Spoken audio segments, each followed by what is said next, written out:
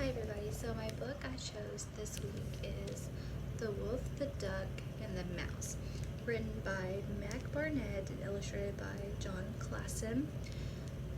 It was copyrighted in 2017 and published by Candlewick Press, and then it was on the list for the Notable Award for 2018, so just a year after it came out. It's best suited for ages 4 through 8. And there's 40 pages, but the pages go by super quickly.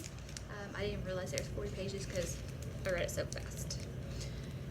The illustrations are definitely something that I'm not used to in a children's book rather.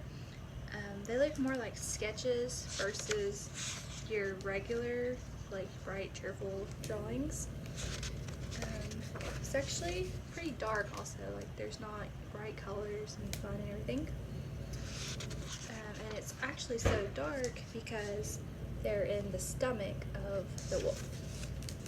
So as you can see, almost every single page is just dark. The only light that there is really is in the woods. And even then it's still pretty dark because it's lit up by the moon. So definitely not what I'm used to. Dark pages, drawings look more like sketches.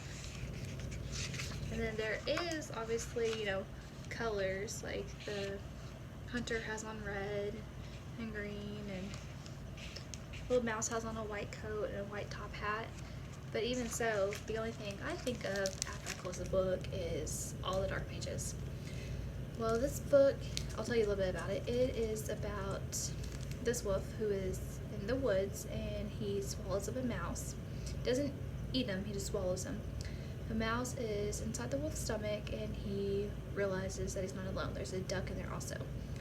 But instead of being sad and miserable inside this wolf's stomach, the duck actually enjoys it because he realizes he's safe from the outside world. So the mouse realizes that the duck has a point and they're both super excited, become friends, celebrate. But by celebrating, they make the wolf's stomach feel sick. They tell him to get that if he eats cheese and a couple other things that he'll feel better, so he does, and then instead he feels worse because now he's stuffed. So while he's laying on the ground not able to move, a hunter comes over and takes a shot at him. He misses, but as the wolf is running away, he gets tangled. So in order to protect their home, the mouse and the duck charge out of the wolf's mouth and scare away the hunter. The wolf bows down to them and says that he'll grant them any favor that they'd like in return for saving his life.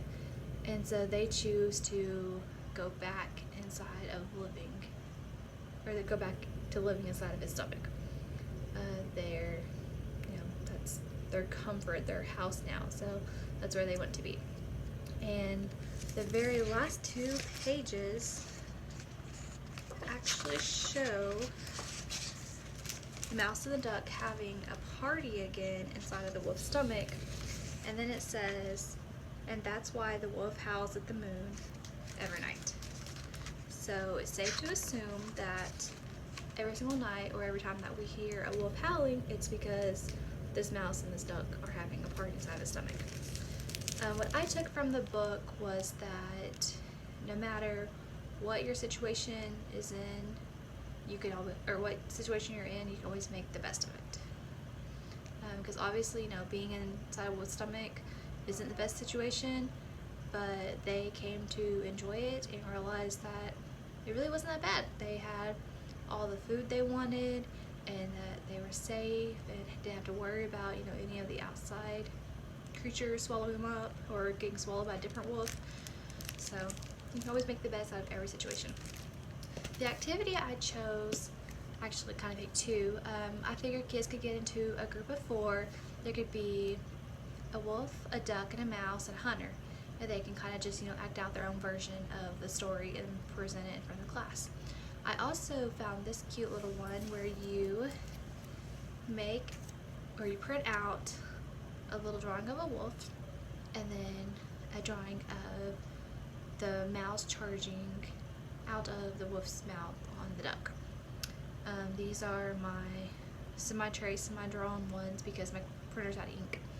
But you just tape little mouse and duck onto a popsicle stick, or in my case a straw because I have any popsicle sticks, and the kids, you know, color both of these items, but then they can move the mouse and the duck out from behind the wolf's mouth, and it looks like they're charging out of his mouth.